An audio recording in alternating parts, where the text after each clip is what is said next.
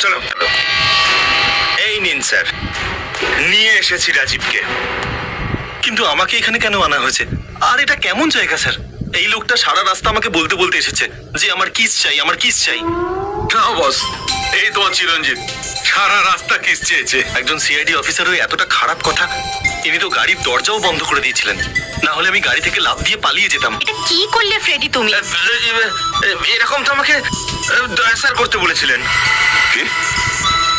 আমি বলেছিলাম তোমাকে রাস্তায় কিস চাইতে? হ্যাঁ স্যার, আপনি তো না বলেননি স্যার। কিন্তু আমাকে এখানে কেন ডাকা হয়েছে? কিস করার জন্য। স্যার আপনিও?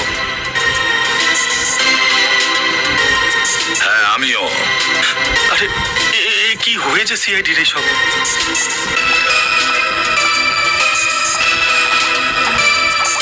কিস করো। আরে আপনারা কি সবাই নেশা করে আছেন নাকি? হ্যাঁ, যাকে দেখো সেই কিস কিস করে মাথা খারাপ করে দিচ্ছে। কিস করো, কিস করো। কিস করো? আই সেড কিস করো। I said- ডক্টর সারিকা, আপনি কি হয়েছে আপনার? সবার সামনে কিস টিস করার কথা বলছেন আপনি? আমি তো স্বপ্নেও ভাবতে পারিনি। না ভাই, এরই অভাব ছিল, এও চলে এসেছে। আরে কিন্তু ডক্টর সালুকে এটা আমরা এখানে সিরিয়াস কথা বলছিলাম। কিস করো। সিরিয়াস এটা? হ্যাঁ, আমি তো ভাবছিলাম যে মজা করা হচ্ছে এখানে। সিরিয়াস এটা?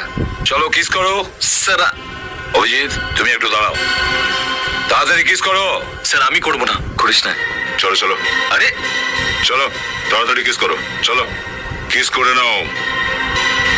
কাম অন, মুখটা বন্ধ করো আর দুটো ঠোঁট ঠিকভাবে লাগাও।